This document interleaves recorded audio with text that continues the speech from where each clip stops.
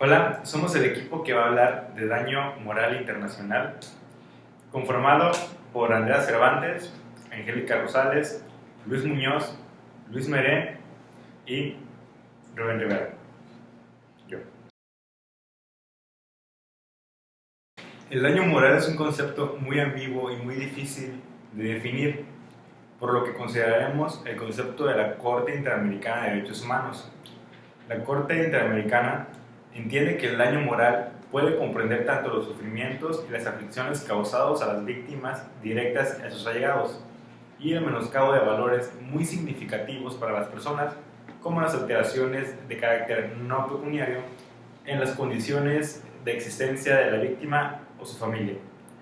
De manera que la Corte relaciona el daño moral con el sufrimiento, miedo, ansiedad, humillación, degradación y la inculcación de sentimientos de inferioridad, inseguridad, frustración e impotencia.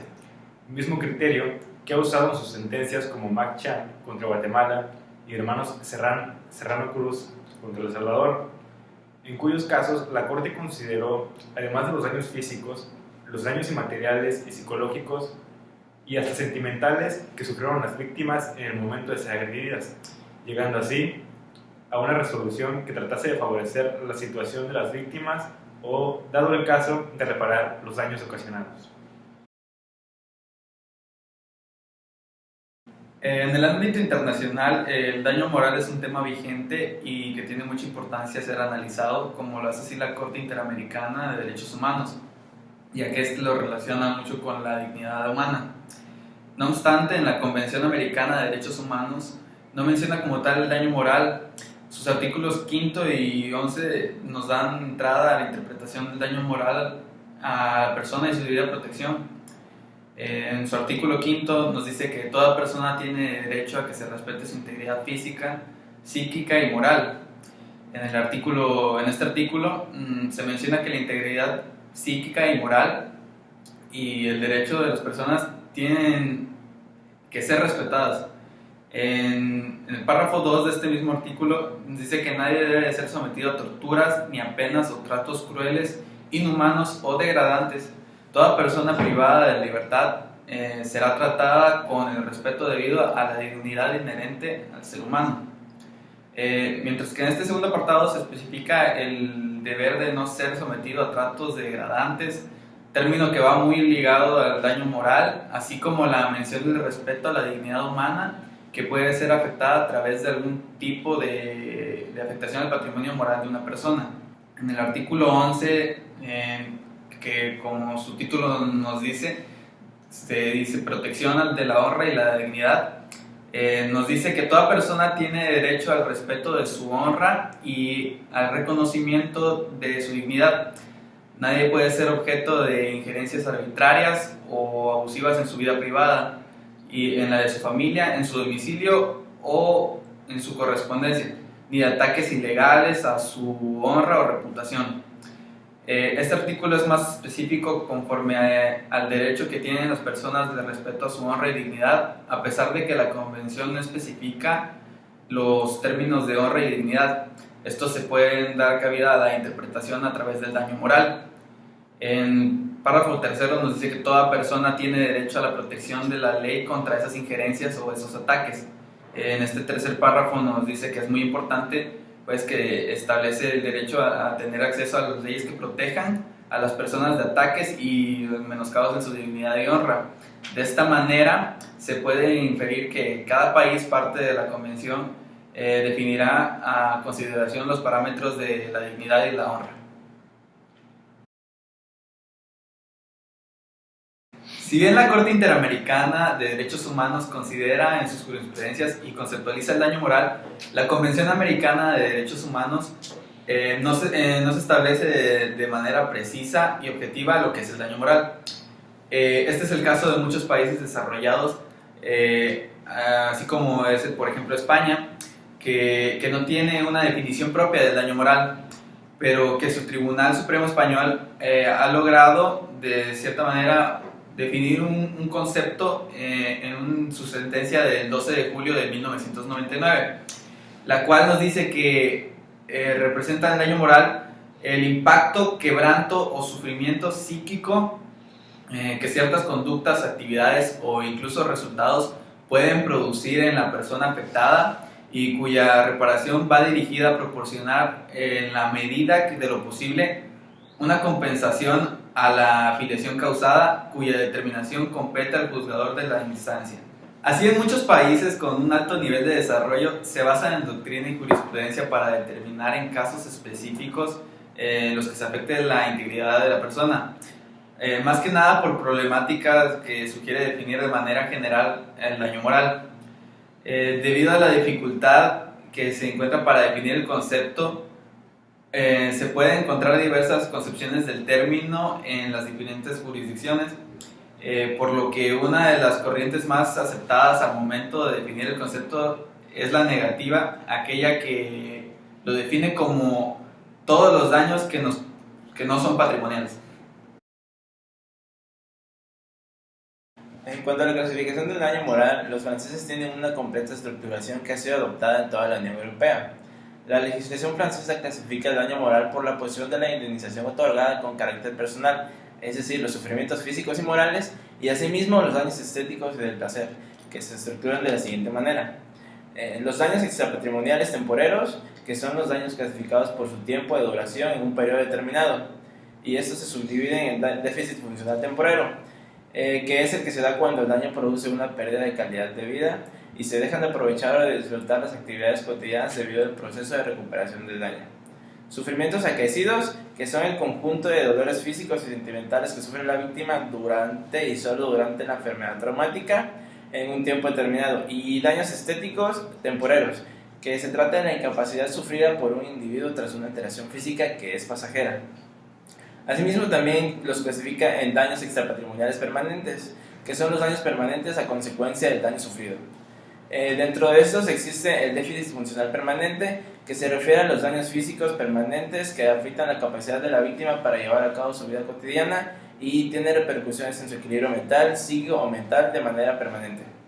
El daño moral por pérdida de habilidad, que es el causado por un perjuicio fisiológico que deja a la víctima sin capacidad de disfrutar la vida a través de la realización de hobbies, actividades de esparcimiento o actividades deportivas o culturales. Daño moral sexual, que se trata de la alteración o privación de funciones sexuales del individuo, incluyendo el líbido y la reproducción. También está el daño de incapacidad de contraer nupcias, que este es cuando hay un daño consistente en la pérdida de una oportunidad de establecer un proyecto de vida de familia normal o a causa de la gravedad de la incapacidad sobrevenida como consecuencia del daño. También incluye el daño seccional permanente, que es un daño específico relacionado a sucesos excepcionales que pueden a su vez relacionarse con la personalidad de la víctima o situaciones particulares de la misma. Otra clasificación son los daños extrapatrimoniales evolutivos, que como su nombre lo explica, son aquellos que avanzan y se desarrollan con el tiempo. Dentro de esta clasificación existe el daño específico por contaminación, que se trata de patologías que son resultado de la contaminación por algún agente biológico que son evolutivas, que no poseen cura y por tanto no se resuelven a través del tiempo. Dentro de esto está el caso particular de la contaminación por asbestos en Francia, que como bien se expone es un caso exclusivo para Francia, pero que va más allá de la enfermedad misma, sino que trata de establecer el derecho a indemnizar a los trabajadores que sufren ansiedad al ver a sus compañeros de trabajo enfermar por esta causa. Una de las últimas clasificaciones es el daño a víctimas indirectas, que son los daños físicos y morales sobre personas que no son objeto directo del daño, es decir, que también sufren las consecuencias. Dentro de esta están el daño por ausencia, que es cuando las personas cercanas a una víctima que ha fallecido experimentan desconcierto, horror, trastornos y otros sentimientos de desamparo luego de la muerte. El daño por pérdida de afecto, que nace del sufrimiento por la lesión o muerte de un ser querido, independientemente de la culpa de un tercero que cause daño moral a la víctima. También existe daño moral o lesión al honor, que es el ataque a la honra de un individuo que afecta su autoestima, la afectación a otros y la referencia social que posee. Y por último, la última clasificación del daño moral es el daño relacionado con la concepción, embarazo, nacimiento y adopción, que se relaciona con una mala práctica de profesión de un médico al errar en un procedimiento para evitar un embarazo y aún así se produce por algún error técnico del médico. Bueno, yo les voy a hablar de lo que es la reparación del daño moral en el derecho internacional. La reparación, como bien sabemos, debe ser adecuada, efectiva y rápida, ya que tiene por finalidad promover la justicia, remediando las violaciones manifiestas de las normas internacionales de los derechos humanos o de las violaciones graves de lo que es el derecho internacional humanitario. La reparación ha de ser proporcional a la gravedad de las violaciones y el daño sufrido, ya que si no lo es así, no se está reparando el daño. Los estados, así también, deben conceder la reparación a las víctimas por las acciones o omisiones que puedan atribuirse al mismo. También, lo que el sistema internacional debe aplicar es que los estados deben procurar establecer programas nacionales de reparación y otra asistencia a las víctimas cuando el responsable de los daños sufridos no pueda o no quiera cumplir sus obligaciones. También el Estado debe establecer en su derecho interno mecanismos eficaces para la ejecución de las sentencias que obliguen a reparar los daños.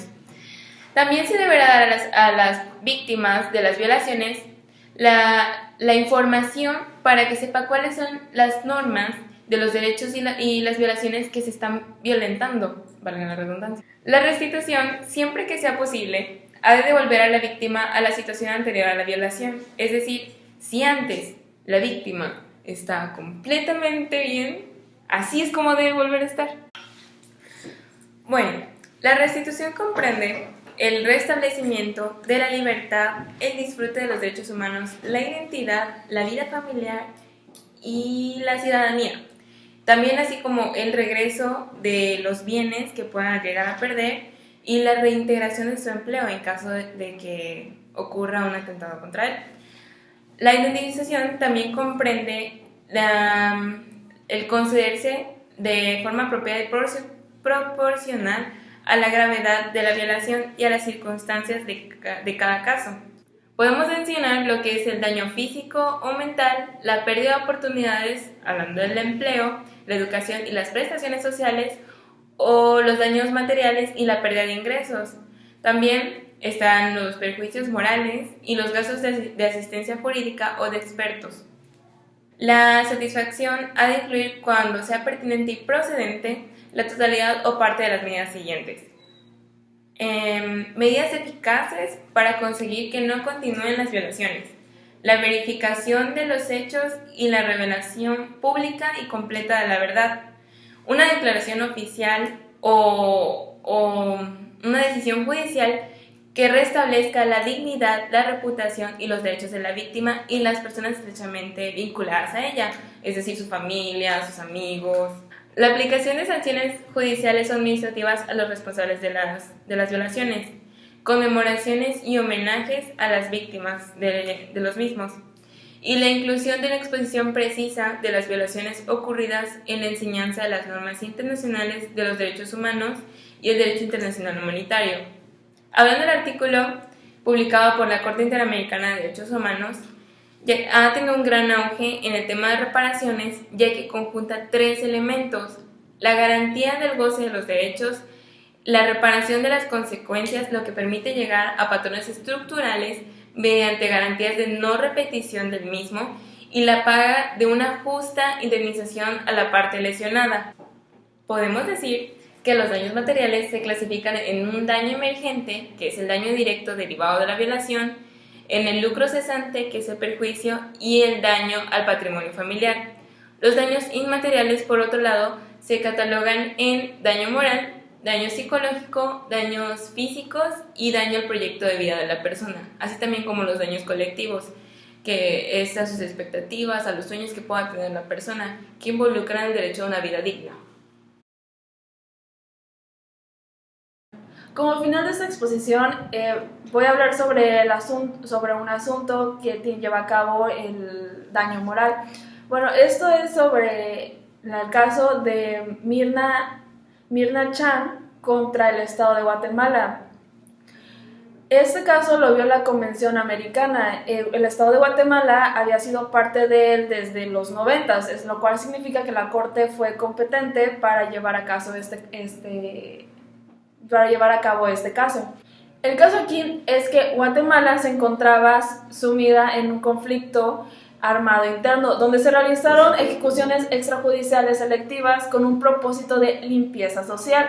Esta chica, Myrna Chan, realizaba actividades de investigación sobre las comunidades de población en resistencia y ese tipo de cosas y las políticas del ejército guatemalteco hacia las mismas. O sea, el Estado estaba en lo mismo que esta chica estaba realizando una investigación. Entonces fue después que esta chica, Myrna Mac, fue asesinada por agentes militares. Luego de haber sido vigilada, hubo muchas obstrucciones, no hubo un proceso penal y entonces los familiares de esta chica se preocuparon y porque el Estado no rendía cuentas, entonces fue que se realizó este caso. En el análisis de fondo, la Corte dijo que se violentó el derecho a la vida y a la obligación de respetar los derechos. Eso es porque el Estado no garantizó a esta ciudadana sus derechos humanos, el más importante, que es el derecho a la vida y todo eso, porque el mismo Estado con sus fuerzas armadas fue quien le privatizó este derecho tan importante que es el de la vida.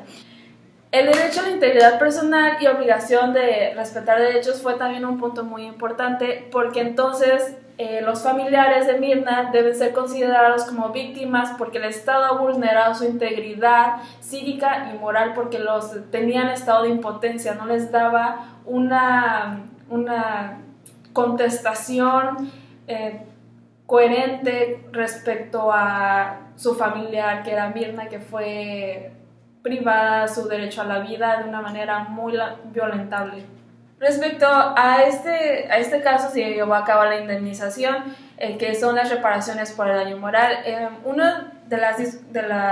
La Corte dispone, el Estado debe pagar más de $200,000 por concepto de indemnización de daño material y daño inmaterial, puesto que también el Estado deberá de nombrar una de sus calles principales con el nombre de esta chica que fue asesinada, nombre de Myrna Chan, como memoria de esta persona.